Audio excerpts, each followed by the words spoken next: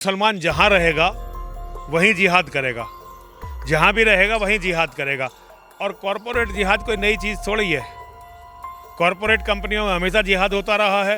वहाँ जितने मुसलमान होते हैं वो अपने मालिकों की बेटियों को फंसा लेते हैं, अपने मालिकों की पत्नियों को फंसा लेते हैं, अपने मालिकों के घर की और औरतों को फंसा लेते हैं, उनकी बहनों को फंसा लेते हैं। तो भाई मुसलमान जहाँ भी होगा वहीं जिहाद करेगा। अगर मुसलमान के जिहाद से बचना चाहते हो तो अपनी मानसिकता को यहूदियों जैसी, इजराइल के लोगों जैसी, नेतन्याहू जैसी बनाना पड़ेगा।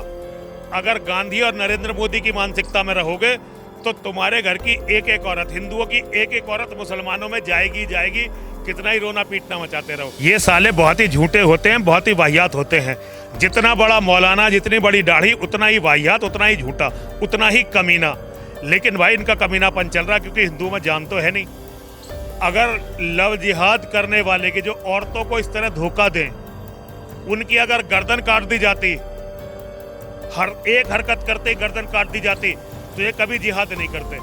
लेकिन क्योंकि इन्हें पता हिंदुओं में दम तो है नहीं, हिंदू कुछ करेंगे तो है नहीं, तो भाई ये खुल के जिहाद कर रहे हैं हर तरह से। और भैया जिहाद भी कर रहे हैं और गलती भी दूसरों की निकाल रहे हैं, क्योंकि गलती हमेशा कमजोरों की निकाली जाती है। हिंदुओं में इन्हें पता कोई जवाब देने वाला तो है नहीं, तो भाई ये सारी गलती हिंदुओं की निकलती है, उनकी औरतें बिगड़ती हैं। जब तो एक एक सड़ा गला मुसलमान, एक एक सड़ा गला मतलब ड्राइवर, पंचर लगाने वाला हिंदुओं की 50-50 औरतों को ब्लैकमेल कर रहा होता है। आपने कई जगह देखा होगा।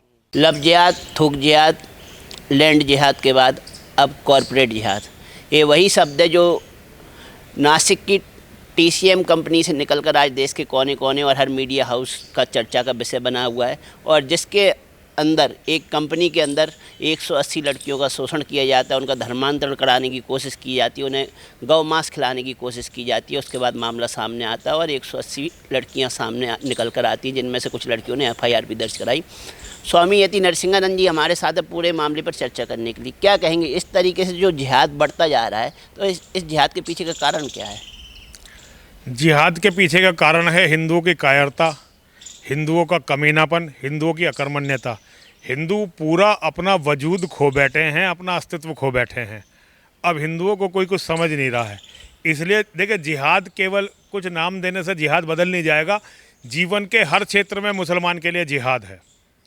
हिंदुओं की हत्या करना या किसी भी काफिर, हिंदू नहीं, दुनिया में किसी भी काफिर की हत्या करना और उनकी औरतों को बर्बाद करना, ये ही इस्लाम का मेन उद्देश्य है।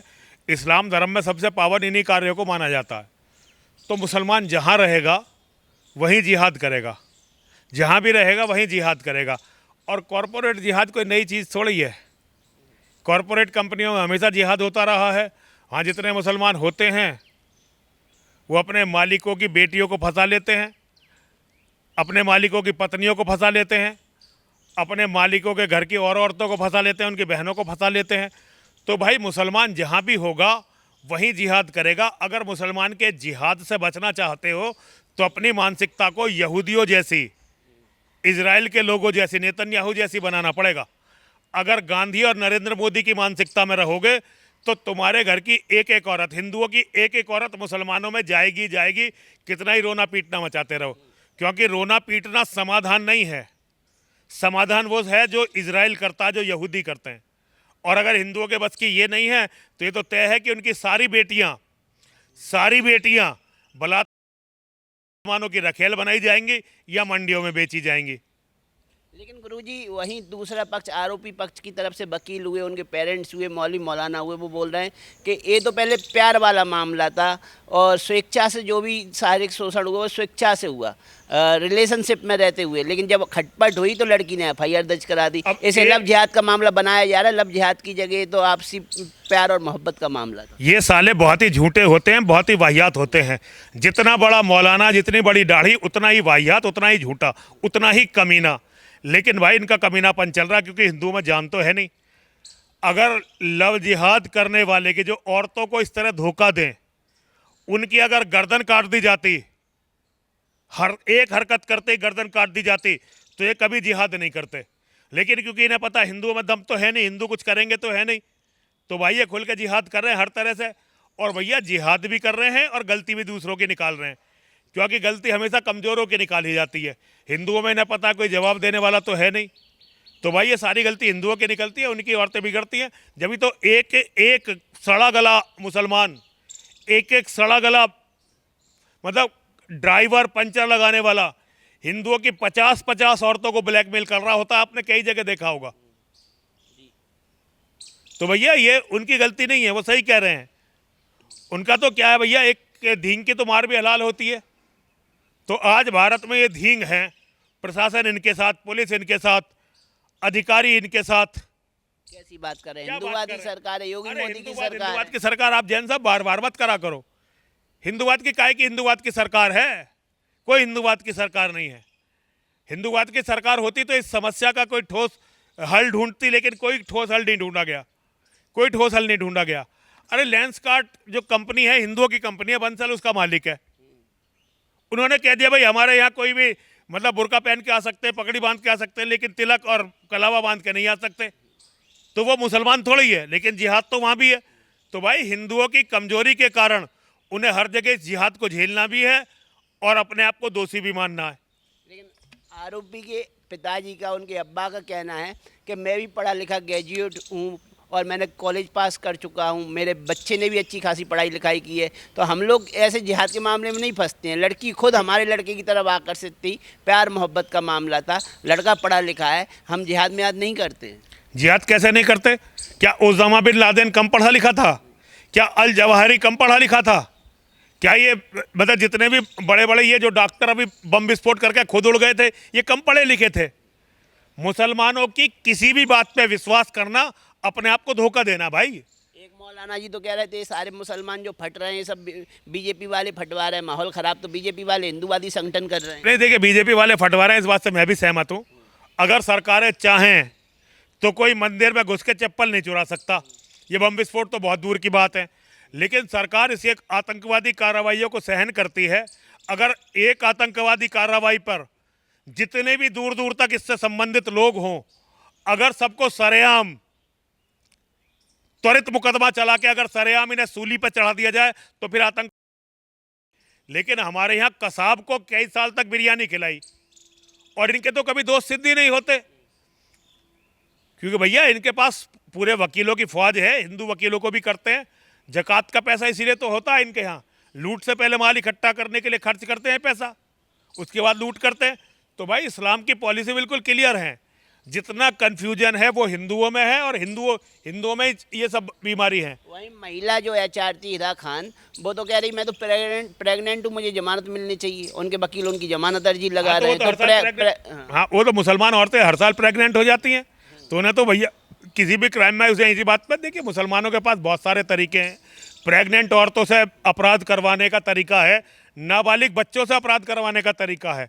उन्होंने कानून की काट ढूंढ रखी है और वो पूरी तरह से उसमें कामयाब है। तो क्या कारण है कि टीसीएस जैसी कंपनी से कॉरपोरेट जिहाद शब्द निकल के सामने आया? देखिए, कॉरपोरेट जिहाद जैसी कोई चीज़ नहीं है। जहाँ भी मुसलमान मर्द खड़ा हुआ है वहाँ जिहाद कर रहा है, जहाँ भी मुसलमान औरत खड़ी हुई है वहाँ जिहाद कर रही है, और जहाँ छोटे से छोटा बच्चा जिसके मन में इस्लाम और मोहम्मद है वो जिहाद कर रहा है। तो कॉरपोरेट जिहाद कहना, लव जिहाद कहना, लैंड जिहाद कहना, ये केवल मूर्खता की पराकाष्ठा है। मुसलमान जहाँ होगा वहीं जिहाद होगा। परसों मैंने मौलाना जी का इंटरव्यू किया, उनने तो सीधा सीधा बोला है कि जिहाद का मतलब संघर्ष करना है, संघर्ष करके हम जो चीज पाएंगे। देखिए, कभी संघर्ष करने का क्या मतलब है? संघर्ष करने, यही तो उनका संघर्ष है।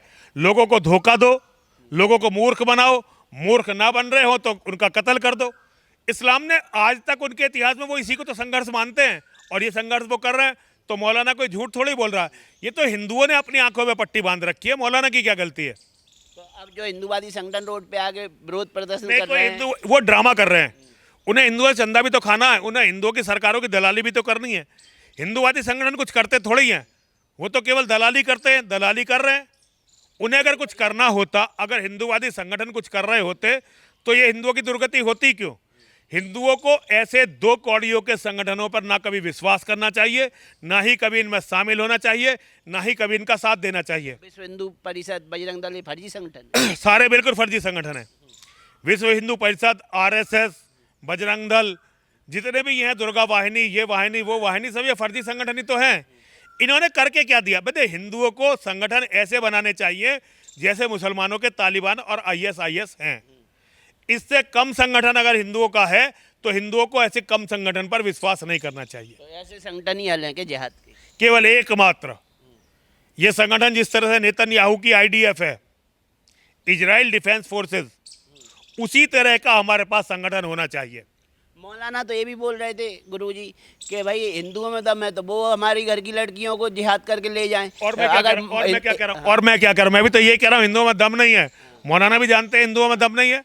हिंदुओं में दम होता तो ये सारी हिंदुओं के घर में होती, लेकिन हिंदुओं में दम नहीं है। मैं तो खुद कह रहा हूँ इस बात को, हिंदुओं में दम थोड़ा ही है। तो ये जिहाद अभी चलता रहेगा?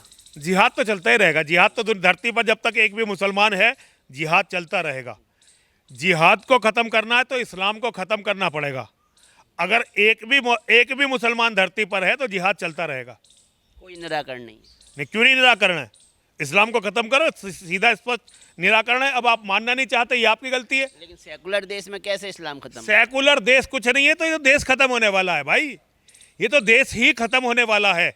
ये देश इस्लाम की गिरफ्त में जाएगा और फिर टुकड़े टुकड़े करके टूटेगा। कैसी बात कर रहे हैं? देश टूट जाएगा? देश खत्म होने वाला है। टूटना तो बहुत बड़ी बात है, देश खत्म होगा। आप आज से 50 साल बाद देखेंगे, भारत नाम का कोई देश दुनिया के नक्शे पर नहीं होगा। लेकिन कहते हैं भारत तो कब से, और भारत को कोई मिटा नहीं पाया है। ये गलत फहमी है। दुनिया में जहाँ सनातन धर्म खत्म हो जाता है, भारत खत्म हो जाता है। पहले पूरी दुनिया का नाम भारत और महाभारत था। पूरी दुनिया का नाम महाभारत था। तो ये तो गलत फहमी है। ये हिंदुओं के झूठे लोग हिंदुओं को समझा रहे हैं। क्या पाकिस्तान से ख़त्म नहीं हुआ सनातन धर्म भारत? क्या बांग्लादेश से भारत ख़त्म नहीं हुआ? भाई आज से अगर 1947 से पहले देखो तो ये सारा भारत ही नहीं था। क्या पाकिस्तान से भारत ख़त्म नहीं हुआ? क्या बांग्लादेश से भारत ख़त्म नहीं हुआ? क्या कश्मीर से भारत ख़त्म नहीं हुआ? पहले अफगानिस्तान क्या भारत का हिस्सा नहीं था? बर्मा भारत का हिस्सा नहीं था, जिसे आज म्यांमार कहते हैं। बल्कि एक समय था ईरान और अरब भारत के हिस्से थे। भारत मर जाता है सनातन धर्म के ख़त्म होने से, और सनातन धर्म मरता है हमारी कायरता से, हमारे कमीनेपन से, हमारे अकर्मण्यता से। तो भाई ये भारत, ये जो बचा कुछ है, ये भी तुम देखोगे बहुत जल्दी खत्म हो जाएगा। लेकिन गुरुजी पढ़ी लिखी महिलाओं को क्या हो जाता है? क्यों ऐसे तो कोई ब्रेन वॉश नहीं? महिलाएं के नामर्दों के साथ रहेंगी क्या? जिसकी बेटी लव जिहाद में फंस जाए, उसके बाप को ये करना चाहिए कि लव जिहादी की भी गर्दन काटे और अपनी बेटी की भी गर्दन काटे। उसके बाद अगली कोई लड़की फंस जाए तो हमें बता देना। और अगर वरना भैया तुम्हारा ये रण चलता रहेगा और ये लव जिहाद होता रहेगा।